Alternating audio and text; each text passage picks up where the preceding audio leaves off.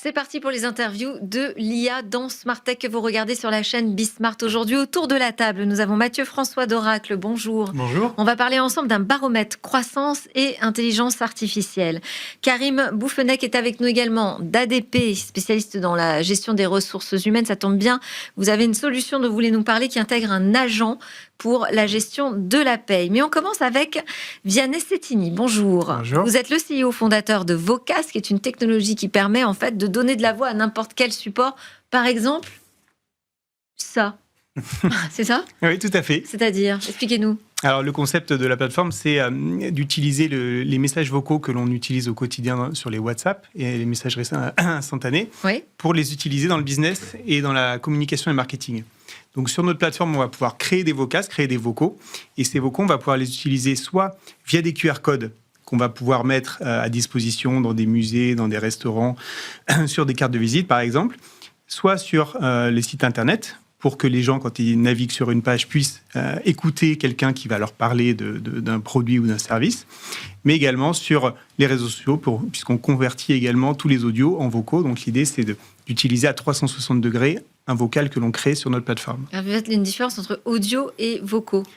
En fait, les gens connaissent les messages vocaux puisqu'on a le réflexe d'utiliser ça. Nous, on enregistre on a créé le nom de Vocast pour un message audio qui est en fait un message vocal.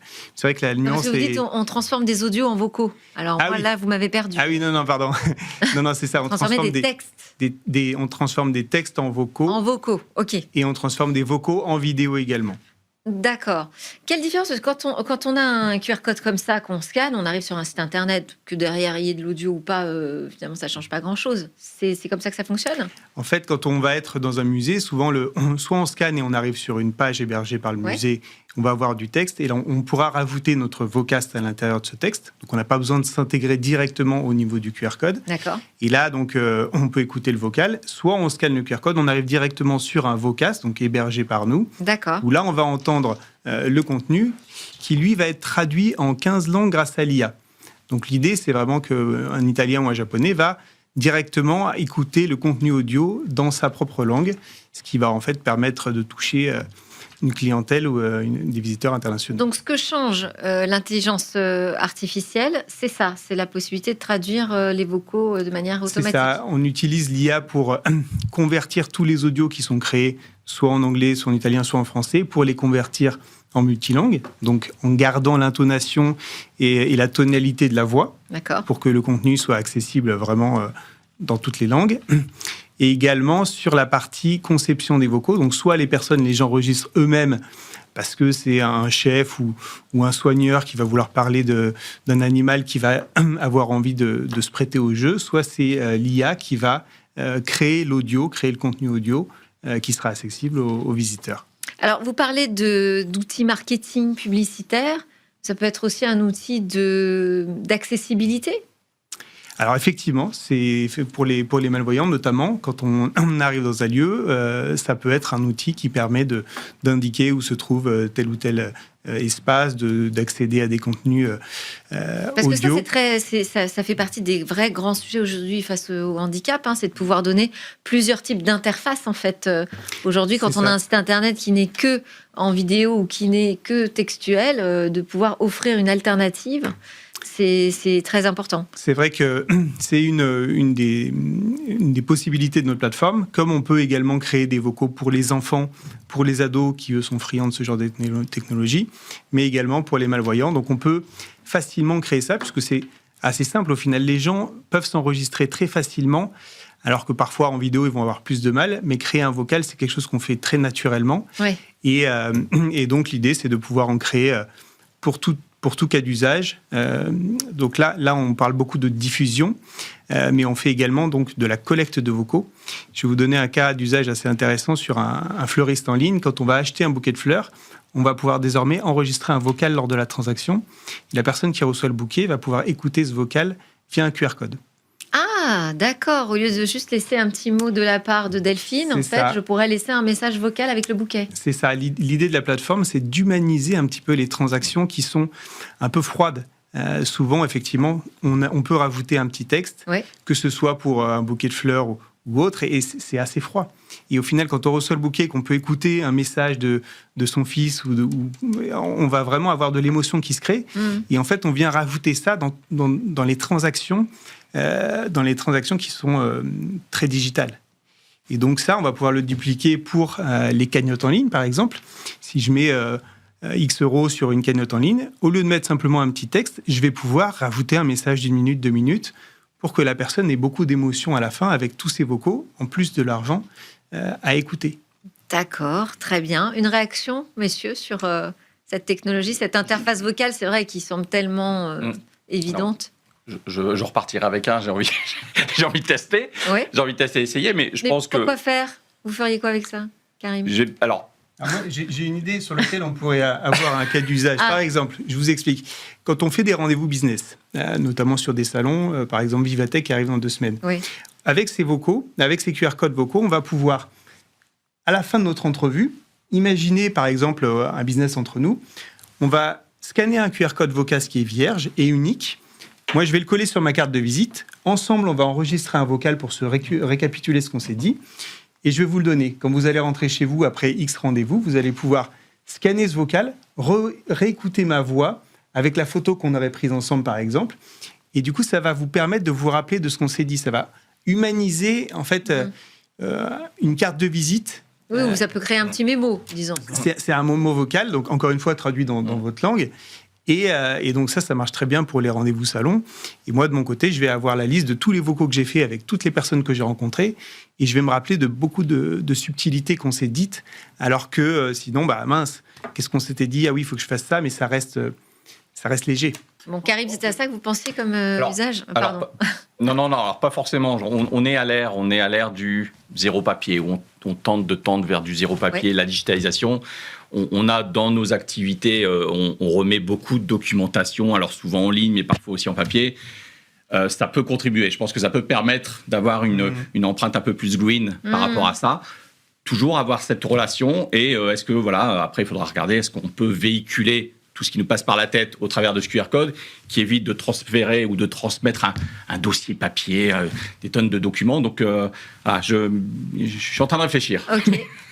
Non, moi, ce que je trouve intéressant, c'est que tout ce qui permet de créer de l'émotion dans l'interaction, que ce soit entre des marques et des consommateurs ou entre les entreprises et les collaborateurs, et effectivement à promouvoir. Après, je pense que là où il faut qu'on travaille ensemble, c'est comment on intègre ça dans une vision 360 degrés de la relation. Ça y est, vous voulez commencer à travailler ensemble. OK, alors Karim Bouffenec, on va s'intéresser à vous maintenant. Directeur senior gestion produit chez ADP pour l'Europe de l'Ouest. Je disais que vous intégriez un nouvel agent IA pour la gestion de la paye. Qu'est-ce que ça change ? Qu'est-ce que ça améliore ? Qu'est-ce qui fait cet agent ? Alors, dans la question, il y a une partie de la réponse. Qu'est-ce que ça permet de faire ? Qu'est-ce que ça solutionne ? Qu'est-ce que ça va rendre plus simple ? Chez ADP, on accompagne donc nos clients partout dans le monde, sur 140 pays, autour de la paye et des ressources humaines. C'est un peu plus d'1 100 000 clients, 42 millions de salariés qui sont payés chaque mois. Et on ne fait pas de la techno pour de la techno. Donc le besoin premier, c'est de se dire qu'est-ce qu'on peut rendre plus simple dans le quotidien d'un expert RH, d'un gestionnaire de paye. Qu'est-ce qu'on peut solutionner comme problématique ? Le monde de la paye des RH, c'est un terrain de jeu qui est formidable pour nous. Un des cas d'usage, il y en a par centaines, mais un des cas d'usage, c'est autour de la paye et effectivement avec cette solution qu'on propose à l'ensemble de nos clients sur la gestion des écarts de paye. Quand vous êtes gestionnaire de paye dans une entreprise, service RH, entre le 20 et le 25 du mois, c'est un enfer. Au secours. C'est au secours. Qu'on ait une entreprise de 10 salariés, 100 000, 10 000, 100 000, on a une fenêtre de tir très petite sur laquelle on doit s'assurer qu'on va payer les collaborateurs avec le bon montant, qu'on va être en temps et en heure par rapport aux obligations et au calendrier du législateur, et se dire, est-ce que le bulletin de ce mois-ci de Karim Bouffenec par rapport au mois dernier, est-ce qu'il y a un écart, est-ce qu'il est justifié ? Comment on est capable de détecter une erreur ? Il y a une époque où on prenait les bulletins, on les mettait par transparence, on regardait s'il y avait une ligne en plus, une ligne en moins, ou avec la bande... On n'en est plus là quand même. On n'en est plus là. Donc le travail sur la détection, l'idée c'est de détecter avant que l'erreur se produise. Pas que le salarié se rende compte qu'il y a une erreur, on a oublié de payer des heures supplémentaires, on a changé son taux de prélèvement à la source, ça n'a pas été pris en compte. Il y a 1000 raisons pour lesquelles on peut avoir un écart de paye. Pas dire. Et l'IA, c'est venir... c'est pas remplacer l'humain, c'est pas remplacer le gestionnaire de paye ou le professionnel RH, c'est de venir s'asseoir à côté. C'est un copilote, c'est un majordome qui va lui dire il faut l'expertise de l'humain parce qu'il y a des exceptions, parce qu'il faut garder une vigilance sur l'éthique, on peut en parler, de l'usage de l'IA, parce qu'il y a tous ces sujets-là sur lesquels on va devoir avoir besoin de cette expertise de cet humain, mais on a besoin d'avoir cet œil et cette intelligence artificielle qui va permettre de dire sur ce bulletin-là, parmi 1000 bulletins, j'ai repéré quelque chose de suspect. Et c'est ce qu'on propose à nos clients, c'est ce que nos clients nous demandent. Rendez-nous la vie plus simple. Faites-nous gagner 1 minute, 1 heure, 1 journée dans mon calendrier et dans mon quotidien. Mais c'est-à-dire, on met un agent où précisément dans son système de paie? Alors, l'agent va être présent sur nos applications, sur notre système de paye, sur nos applications paye. C'est vrai en France, mais c'est vrai pour l'ensemble des clients qu'on accompagne au travers le monde sur 140 pays avec les applications. Donc, le système de paye va permettre de dire à l'utilisateur et au client, sur tes 100 bulletins de paye que tu as contrôlés, il y en a 92, on s'en est occupé, tout va bien. Je te les mets de côté. Et il y en a 8 où il y a quelque chose de suspect. Pas forcément une anomalie, pas forcément une erreur, mais là, j'ai besoin que tu te concentres sur ces 8-là et pas sur les 92 qu'on a mis de côté et pour lesquels tout va bien. D'accord. Et aujourd'hui, c'est un nouveau produit, c'est tout récent. Enfin, vous avez déjà un niveau d'adoption? Alors, on a un niveau d'adoption. Cette solution donc, qui s'appelle ADP Assist, parce qu'on assiste l'utilisateur. Ouais. Elle est en place aujourd'hui sur nos solutions globales, c'est-à-dire les clients qui utilisent nos solutions au niveau international. Elle va être mise à disposition de nos clients en France à partir de cet automne, donc entre septembre et le mois d'octobre. On a un taux d'adoption. On a un taux d'adoption aujourd'hui. On a des gains qui sont observés. Alors, les gains observés, il faut les prendre un peu avec pincette. Ça dépend d'où on vient. Ça dépend de l'organisation d'une entreprise. Mais l'agent, il est autonome? Il fait les corrections lui-même? Alors, l'agent peut être autonome, peut faire les corrections, peut les suggérer et laisser la main à l'utilisateur. On essaye de ne pas avoir une IA intrusive, d'avoir une IA sur laquelle on va pouvoir mettre le curseur en fonction du souhait de l'entreprise, de son appétence, de sa maturité. Et on voit en fonction des géographies, des pays, peut-être des générations d'utilisateurs aussi, où les attentes ne sont pas les mêmes. Parce que le principe de l'IA agentique, c'est de dire vraiment, on laisse faire le job à l'agent. Donc là, vous n'allez pas jusque-là. On va jusque-là. On a eu effectivement ces générations d'IA, entre l'IA générative et maintenant l'IA agentique, qui dit « j'ai détecté une anomalie, je sais comment la résoudre, je peux le faire pour toi ». Est-ce que l'utilisateur est toujours prêt à ce que l'IA fasse pour lui ou corrige? Parce qu'il se dit, allons-y mollo, il y a peut-être quelque chose qu'il faut regarder d'un peu plus près, mais c'est une IA et c'est un agent qui est capable de fixer l'anomalie, de résoudre l'anomalie, ou si ça nécessite une action humaine, parce que la valeur qui a été saisie ou l'information, il manque une date dans un dossier, c'est pas l'IA qui va deviner la date, c'est d'aller mettre le doigt au bon endroit et d'aller guider l'utilisateur jusqu'au la solution de la problématique qui a été détectée. Mais on est sur de l'IA agentique qui permet de faire effectivement le fixe de l'anomalie qui a été détectée. L'IA agentique, vous voyez les choses se passer comment au niveau de l'adoption en entreprise? Il y a encore des réticences à laisser des agents faire des choses pour nous? De moins en moins. Nous, ce qu'on voit, c'est vraiment, on passe d'une IA qui répond à une IA effectivement qui prend des décisions. Ouais. Chez Oracle, on a plus de 1000 agents disponibles aujourd'hui dans nos applications. Et en termes d'adoption, on a 60% de nos clients qui ont déjà des agents autonomes en production, en fait. Donc, on a vu vraiment une accélération sur les 12 derniers mois. Et clairement, c'est ça qui permet d'avoir de l'impact sur les processeurs cœur d'entreprise. Donc, on est complètement aligné avec ça. Et oui, on voit vraiment un gros déploiement sur ces agents-là aujourd'hui. Il y a des freins quand même encore. Alors oui, il y a des freins. On a... notre présence sur 140 pays nous permet d'avoir une lecture assez fine de comment ça se passe. Quelle est cette appétence, quel est ce taux d'adoption? On a mené une étude qu'on mène tous les ans et qui est publiée aujourd'hui pour l'année 2026 sur 36 pays, 39 000 salariés qui ont été questionnés, 1000 salariés en France sur l'IA dans votre quotidien et aussi dans le monde professionnel. Ce qu'on observe aujourd'hui, 15% des salariés questionnés n'utilisent jamais l'IA, même à titre personnel. Au niveau monde, on passe à 30% en France. On a des taux qui nous montrent que c'est en train de prendre, c'est en train de monter. Il y a des disparités, donc faut encore une fois, avec des pincettes, prendre ces valeurs-là. Il y a des disparités.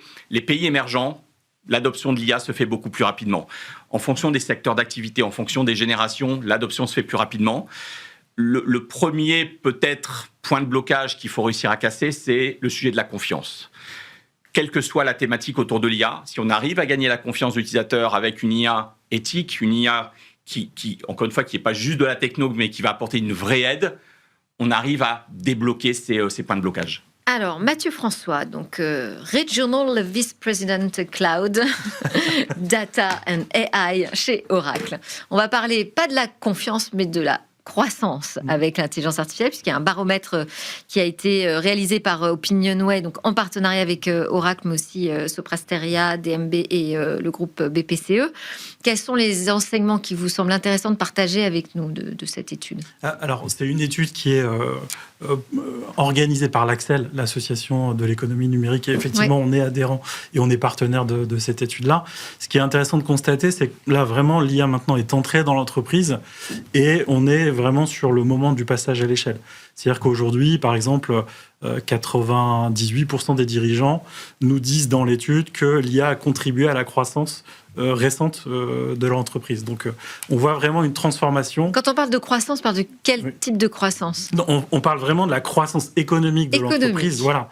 Et ce qui est intéressant cette année par rapport... Ça, c'est nouveau. Et c'est nouveau. C'est-à-dire qu'effectivement, là où on était plutôt sur une IA qui est automatisée et qui donc allait permettre de faire des économies, ça reste vrai, mais on voit aujourd'hui maintenant aussi, et finalement plus fortement, des dirigeants qui nous disent « Moi, l'IA m'a permis de découvrir des nouveaux marchés, d'accélérer et donc de générer de la croissance. » D'accord. Donc c'est le gros changement cette année dans ce baromètre. Et on parlait des freins. Est-ce qu'il y a toujours des freins très persistants et sont-ils pertinents? Parce qu'ils peuvent l'être, hein. Alors, il y a toujours des freins. Effectivement, les 4 grands freins sont la protection des données, les attaques cyber. Donc, que deviennent mes données? Est-ce qu'elles peuvent être attaquées? La souveraineté, et de plus en plus au regard de l'actualité qu'on connaît tous. La réglementation, est-ce que ce que je fais respecte la réglementation, respecte le droit du copyright? Et puis la fiabilité, on parlait de confiance, effectivement, la fiabilité des résultats. Donc ça reste encore des freins qui font que certains accélèrent moins que d'autres. On a 16% des entreprises qui nous disent bien maîtriser tous ces concepts-là et avoir géré les freins. Ça veut dire qu'il reste quand même une grande majorité qui doit traiter. Mais ça veut dire aussi qu'il faut apporter des technologies de confiance. Exactement. Et donc, c'est pour ça que, en fait, ce qu'on constate, et ce qui est intéressant pour nous, c'est que entre ce qu'on voit dans le baromètre et ce qu'on voit, nous, dans la vraie vie avec nos clients tous les jours, c'est vraiment très aligné. Et donc, par exemple, aujourd'hui, pour pouvoir vraiment déployer l'IA avec des agents autonomes, il faut d'abord en fait avoir un socle de données qui est protégé, qui a le bon niveau de fiabilité d'information. Et finalement, le choix, il est plutôt sur quel va être mon socle de données, quelle va être ma plateforme d'intelligence artificielle, plutôt que choisir un modèle. Parce qu'en réalité, on va avoir besoin de mixer plusieurs modèles pour obtenir les résultats qu'on veut. Ça, c'est quoi? C'est les conseils que vous donnez si on veut démarrer un projet d'IA? Oui, exactement. C'est le point le plus important, en fait, c'est qu'il faut que ça ait de l'impact. Donc, il faut que ce soit dans les processus cœur de métier de l'entreprise et non pas seulement sur des choses périphériques. Et donc, 2, avoir la bonne plateforme de données et d'interaction des différents agents pour pouvoir bénéficier des avantages tout en étant capable de couvrir les problématiques de souveraineté, de réglementation, etc. Vous diriez que c'est un problème de ne pas se lancer dans l'IA aujourd'hui pour une entreprise comme on pouvait le dire pour la numérisation, ce que vous appelez la digitalisation, je sais, dans le business? Clairement, aujourd'hui, de toute façon, on a 83% des dirigeants qui nous disent que l'IA est un axe d'investissement majeur. Donc, je pense que tous le comprennent. Enfin, en tout cas, une très grande majorité le comprend. Et nous, on voit vraiment la différence. On commence à voir des retours sur investissement pour les clients qui ont vraiment investi, qui ont vraiment commencé à déployer ce genre d'agent, qui est très supérieur aux autres, en fait. Donc, oui, clairement. Mais il faut y aller quand même doucement. Si je vous entends, c'est quand même beaucoup de process à respecter, des bonnes questions à se poser. On ne se lance pas comme ça dans un projet d'intelligence artificielle. Non. Alors, il faut de l'accompagnement. On ne se lance pas tout seul non plus. On ne se lance pas tout seul, effectivement. Il faut de l'accompagnement. Il faut faire monter les gens en compétences. Il faut que les utilisateurs comprennent aussi ce que ça apporte et quelles sont les limites et les choses à vérifier pour que ça se passe bien. Donc nous, ce qu'on conseille effectivement, c'est de commencer de manière plutôt unitaire sur quelques processus métiers avant de déployer plus largement. Et après, on a 2 manières de faire. chez Oracle, soit il y a des agents qui sont disponibles clé en main, donc j'en parlais tout à l'heure, il y en a à peu près 1000 aujourd'hui, soit on est capable de les construire. Donc en fait, on a la capacité, au travers de l'infrastructure, de la plateforme de données et des applications qu'on a, à démarrer de différentes manières en fonction de la maturité des clients et des processus métiers qu'on veut adresser. Une réaction là-dessus? Vous êtes en phase avec ça? Oui. Non. Alors, très en phase. Je pense qu'il y a il faut être très clair avec les clients qu'on accompagne sur les clés de succès. Alors, on peut en avoir plusieurs, mais et tu en as cité quelques-unes.